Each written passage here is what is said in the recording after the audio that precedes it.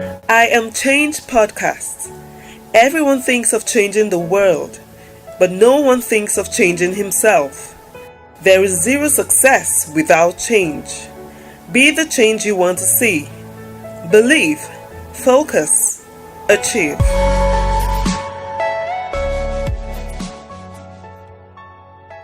Youth unemployment has been a decimal issue in Nigeria. The National Bureau of Statistics reports that Nigeria unemployment rate is to reach 33.5% by 2020. In this podcast, Chukwuma Christopher Nzeh, a youth mobilizer and the founder-coordinator of the Young Journalists Forum, examines relevant issues surrounding youth unemployment. He identifies the areas of gap and offers recommendations. Alright, it's really nice to have you join us. Thank you for having me. So, you have quite an interesting profile. I went through your profile and you studied law and did a postgraduate diploma in journalism. And now you are the founder and coordinator of the Young Journalists Forum. Am I right? Okay. So why the switch? Fortunately, I studied law because my father is a lawyer. Okay. The background, and naturally, professionals want one of their children to take after them. Right. It was natural for my father to want one of his children. I'm the last son. Okay. I have 3 elder brothers who did not also study law, and wow, I studied law. After law, I was studying law at the University of Calabar. I had the issue of backlog. Okay. I needed to wait to go to law school, and I don't wait. I grew up in Lagos where I see people want to move ahead of their time. Right. So I moved on. I came into a profession and into the media. I worked first with the Third Worldwide organization on Allen Avenue in Ikeja, Lagos. Right. We had the Federation of Pan-African Filmmakers. That was my entrance into the media industry and the movie industry. So it was like, wow, the media is a very large industry. That was where I started writing. I wrote for Movie Africa magazine. That was the household publication of Third Worldwide. Mm-hmm. And I was like an aide to the regional secretary for West Africa Region 1, Federation of Pan-African Filmmakers. So right. it exposed me to a whole lot of things in the media, and we organized Lagos International Film Festival in 2007. Okay. And it was a whole lot of experience for me. So instead of restrict myself into the box of the courts, yeah, which my father wanted me to do, I actually did all that. Mm-hmm. You know, like the papa became business when the trader is going to his shop, he carries one of his children. Mm-hmm. We did all that while we were growing up. We were going to the office, the chambers with our father. So we knew a whole lot about the legal profession, and lo and behold, after law, I left journalism. I left for journalism. And all the foundation I had in the media actually gave me the expose that this is an industry you have to invest your time in. And when I now left Third Worldwide, and to disconnect entirely with that law thing, so that sentiment of you must be in the house. Since you're in the house, you must go to do your father's thing. My other brother actually encouraged me. Then he was chairman of Association of Movie Producers in Abuja here, Frank White. Okay. He encouraged me to do things for myself before I come back into legal practice. And I think I have a whole lot of time to do legal practice. For now, let me do something else. So that was how I came into journalism, and many years later I did a postgraduate diploma in journalism at the International Institute of Journalism, and I have not regretted it one bit. It's quite interesting.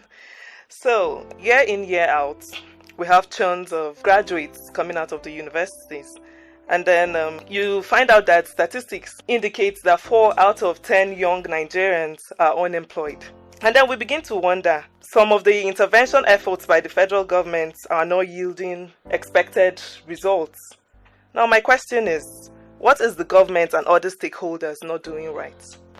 The fact is, Over the years, there've been this I would say conscious intention to keep the young people behind, and it's culminated into what we have today. What we have today is not something that started happening the last 10 years. It started maybe when we were born many years ago. Right. So it's a conscious effort to just let's fence leadership outside only to a clique. Let's call it a clique. They now fenced everybody out, and the military then, that's the clique. Yeah. They fenced every other person out, and now we have democracy. And fortunately or unfortunately, our democratic process started with past military rulers. The orientation did not change. What just changed was the uniform. And Absolutely. They had the opportunity to consolidate on what they had started initially. And that's why we've not really changed from where we were.